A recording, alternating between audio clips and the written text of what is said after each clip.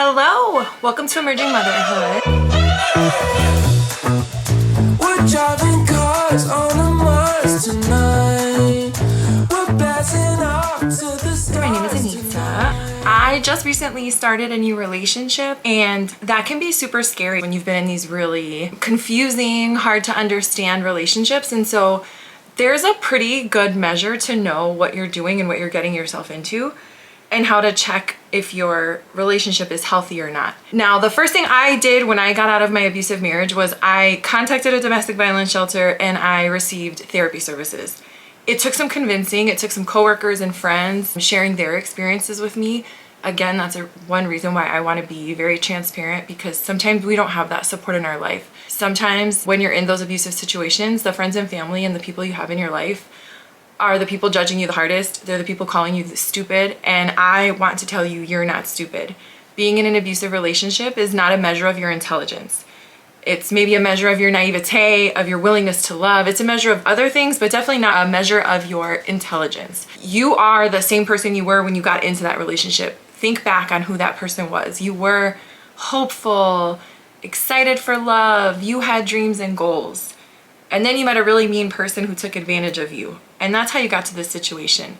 So the first step in leaving is realizing that, going back to the frog in the boiling water, you didn't do this to yourself. You didn't get into this intentionally. Understand that some friends and family aren't going to understand, and that's okay. Once you've kind of gotten to that place, then you can start kind of moving forward, because you kind of got to get yourself to square one. You got to get yourself to zero, understanding like this wasn't your fault. You're not a bad person. You're not stupid. You're not damaged. You're not broken. You're none of those things. Okay, let's get yourself to square one. And then now you can move forward. And somebody asked me yesterday, do you think you can start to heal while you're in an abusive relationship? Absolutely. And I think that's the only way you're going to leave the abusive relationship, is if you start to heal while you're in it. Start to take your thoughts captive again. Start to remember who you were, the dreams you had, and start to believe in yourself. And then you're gonna get to a point where you can't do it anymore. You just can't be in this relationship anymore. You can see that person for who they are. You can see everything that they're doing. And you can see yourself for who you are now.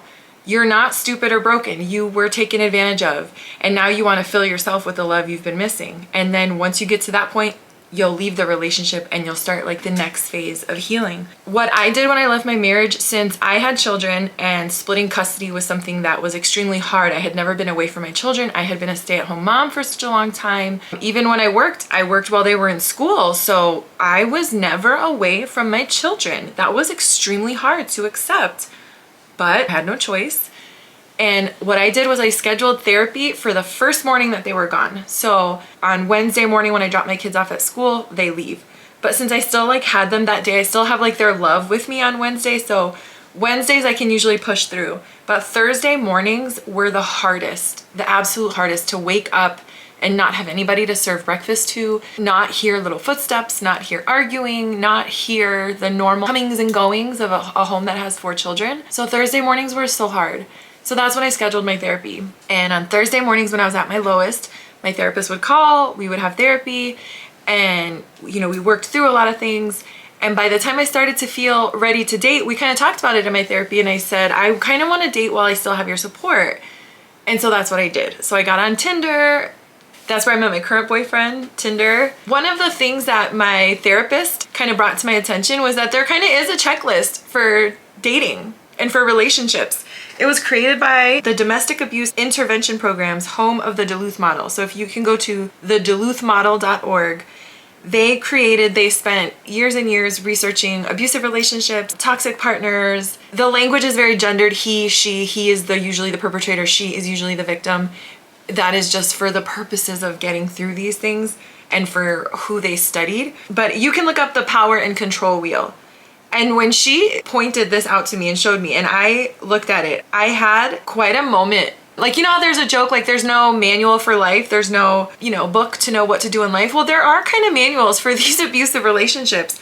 And it's wild how perfectly everybody who is the perpetrator kind of does all these things. It's almost like they read the manual. But you can see economic abuse. That is a form of domestic violence. If you have a partner that's either putting all the financial burden on you or taking the money, just fucking with the money, That's a form of domestic violence. And that's why I think as of late, the terminology is starting to come away from domestic violence and intimate partner abuse, just because they want you to understand it is an umbrella term that covers a lot of behaviors that somebody does. You don't have to be married. You don't have to have kids. You don't have to be living with this person. You don't even have to be an adult. You can be a very young teenage person going through these events. And if they are present in your relationship, there is a power and control dynamic that is out of balance and needs to be put back into check. You can do that by placing boundaries. And the boundaries don't tell what the other person to do. The boundaries are what you will accept in your life. So I've placed a boundary that I don't like people to yell at me. No one's gonna raise their voice at me. I've placed that boundary. Does that mean I can actually prevent people from yelling at me? No. But what I can do is, if you raise your voice at me, now we're done. We reached that boundary. Now I'm gonna turn around and I'm gonna walk out because we're done. You reached my boundary, so I leave. I can't change you, but what I can do is respond appropriately and respect my own boundaries. Looking through the power and control wheel can even help you understand maybe where your boundaries are. Like looking through it, using emotional abuse, putting you down, making you feel bad about yourself, calling you names, playing mind games. All of these are forms of intimate partner abuse. And they are just forms of power and control, of taking your power and having control over you. Which, going back to Brené Brown in Atlas of the Heart, that can feel a lot like love. Watching Love is Blind right now, the most toxic couple, Marshall and Jackie, she didn't want to be with him until he fought for her. Once he found out that Josh was into her, he went back to the men's house, put his foot down, told Josh what's what. And then he went back to tell Jacqueline, and she was like, no, I want to be with you because I know you fight for me. That's not the way we're fighting for love, okay? That is some toxic shit that you can see it. And then he tells her, I just saw you as a project, loving somebody just for their potential, for what you think. No. That shit is so unhealthy. When there is a power and control dynamic in your relationship that's off, it's not okay. And that's why I think the trad wife life, traditional wife and gendered roles, that's why they are so damaging right now. It puts you in a position where you are under somebody else's control. They have all the money, they have all the power, and if they want to flip the switch on you, they can, and you're stuck. You have to go scrambling to get your life in order before you can leave. That's uncomfortable. Using intimidation, coercion, threats, all of these are signs that you are in a relationship with intimate partner abuse. Using sexual coercion. That's another reason why I wanted to be very transparent with the experiences I've been through. I understand they're embarrassing. There is a level of embarrassment of saying these things that I've done that I know some people still are just like, yeah, right, you just a hoe. I had friends that once they heard both sides of the story, they felt that it was me. It was me who blew up the marriage and I was the bad one and I lost my friends. There's gonna be people that don't see you. They don't understand you. Or worse, there are people who do see you and they didn't have the balls to stand up in their life. They didn't have the balls to leave in their relationship. They didn't have the balls to do it. So they're gonna judge you hard. And you gotta have a thick skin. And nope, I know what I'm talking about. I know that I was being intimidated. I know I was being abused. You have to know what the fuck is happening to you. And if you're too confused, you're not going to be able to make sense of what you went through, and you're not going to be able to support yourself in your healing. Because if you are relying on other people's validations, outside words, everybody from the outside comforting you, you're going to have a really hard time in your alone moments. I think that's why loneliness is so hard, because you don't know how to deal with yourself. You don't know how to deal with your own thoughts. You have to sit with yourself and your thoughts and your emotions, and you have to make it right for yourself. Cognitive dissonance, trying to hold two truths that are not true and hold them together at the same time, that is gonna make your brain explode. You have to acknowledge, like, well, yeah, no, he didn't love me, but I stayed in that relationship. He was abusing me, but I stayed in that relationship. And just make it good. You can't be like, no, he was a good man and he did these bad things. Trying to make it make sense when it doesn't make sense is what makes you go a little bit crazy. You have to acknowledge the truths, all of them, and then just move on with it. Don't let it eat you up inside, Using children. This is absolutely a form of intimate partner abuse. They probably love their other parent, even the one that you don't agree with. I know my children love their mother and their father. And I know my children want both of us in their life. Regardless of how I feel about him, I have to support that he's my children's father, and I have to hope, always hope for the best for him, and always hope that my children can somehow have a healthy relationship with me and with him. We don't have to do it all together. They can have a relationship with him and I can have a relationship with them. But ultimately, if your goal is for your children to be happy, I don't wish harm on that person, you know? Just get to a place where these things are not invading your brain. When you're holding on to that anger and when you're holding on to that hate and when you're wishing bad on other people, your thoughts are sitting in such an ugly place all the time.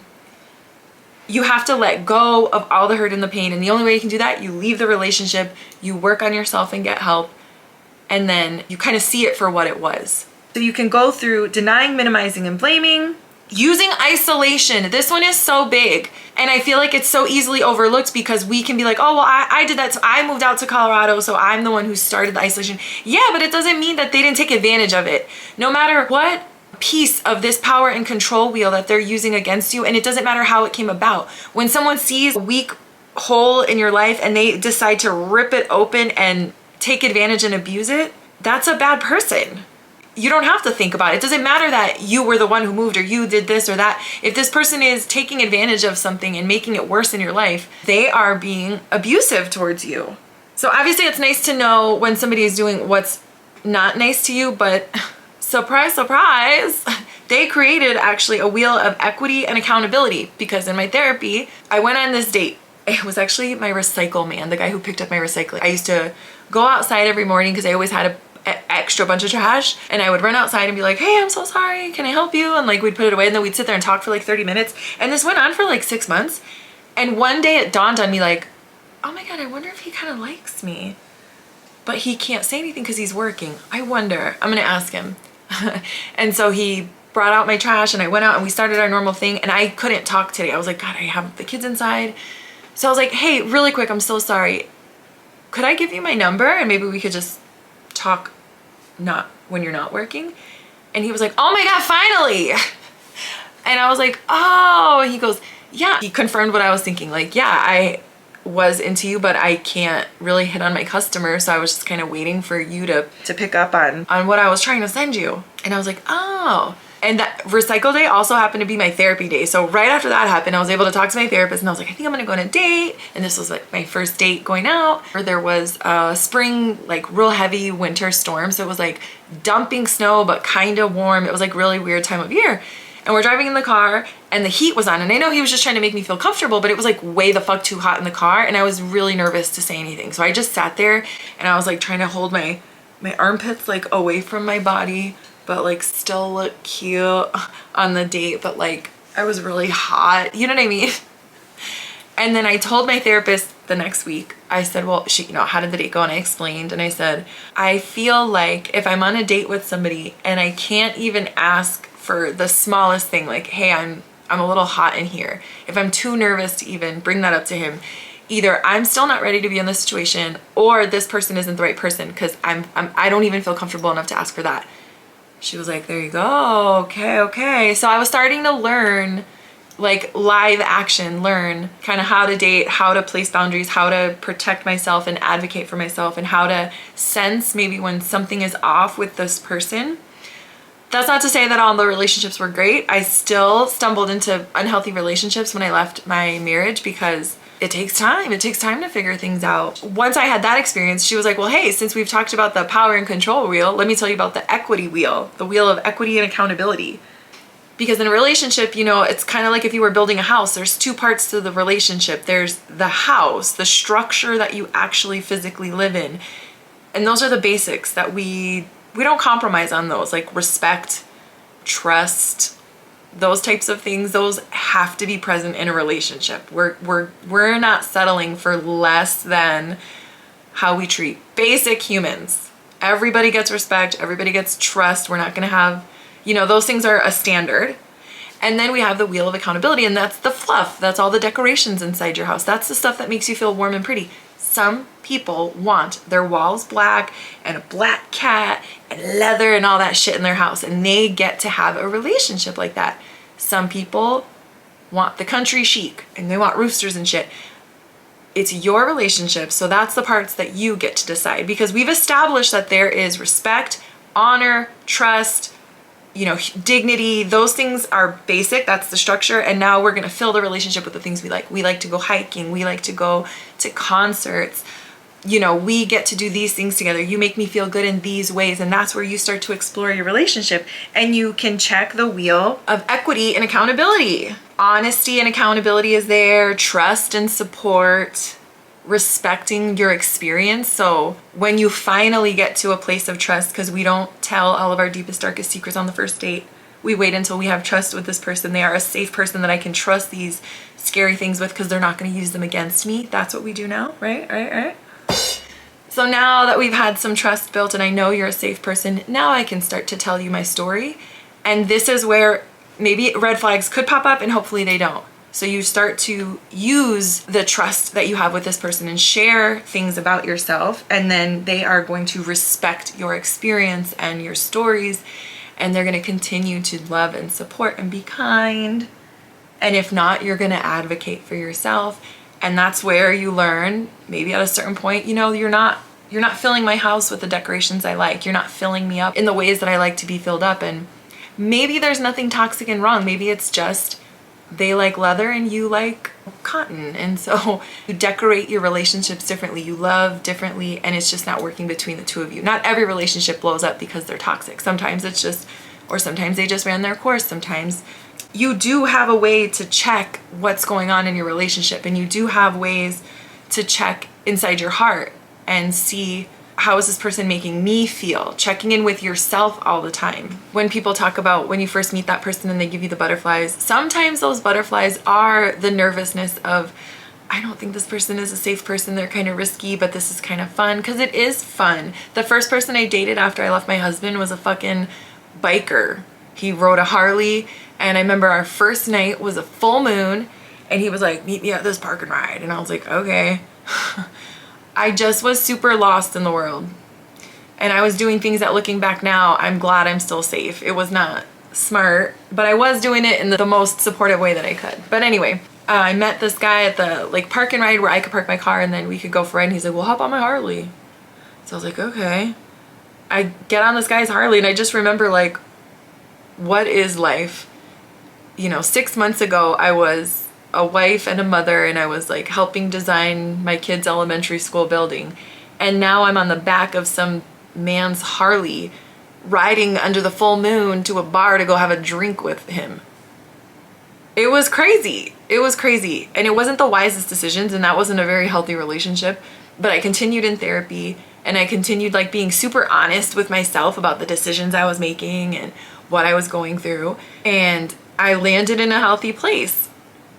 I took time off from dating, and I stayed away, because I do think that's the healthier thing, is work on yourself. Learn how to be alone with yourself. Learn how to love yourself. We will talk about that. I'll have an episode on what that means. Because I remember people saying just love yourself. And I was like, the fuck does that actually mean? How do I love you, Anita? What does that even mean? How do I do that? I will help you understand what that means. But I started to just love myself, learn how to be alone with myself, learn how to take care of myself. Now looking back, I'm glad that my divorce and everything happened over COVID, because I was kind of forced in those situations of being completely alone. I couldn't escape anywhere. I couldn't just go to a club or a bar and everything was closed. I was stuck by myself. So I think I have a good understanding of what it is to sit in that fucking darkness as I walk through the valley of the shadow of death. It was dark. And I'm glad I made it to the other side, and I want to help you make it to the other side, because if I can do it, I promise you can do it. I know how overwhelming it is, and I know how amazing it can be on the other side. On average, it takes 7 attempts to leave a toxic relationship or an abusive situation, anything, a work situation, anything. It takes about 7 attempts. The first step is thinking about it. The first step in doing anything is thinking about it. You have to, I'm kind of hungry. Now I'm going to go upstairs and get a snack. The first step in anything is thinking about it. So the fact that you're thinking about it, you're seeking out content, you're reaching out to people, you're asking people how they did it, you're even just curiously thinking about it. That's the first step, and you're on your way, and you're going to be free. You're starting the process. If that's what you want, you know what I mean? Some people realize, and they can come back together. We're not talking about that here. We're talking about toxic ass situation that you need to escape from. If the fact that you're thinking about it, you're on your way, and you'll make it out, because if I made it out, you can make it out. So know that every time you try, you're one step closer. And I always think of the movie Groundhog Day, the one with Bill Murray. And then there's a new one, it's called The Map of Tiny Perfect Things.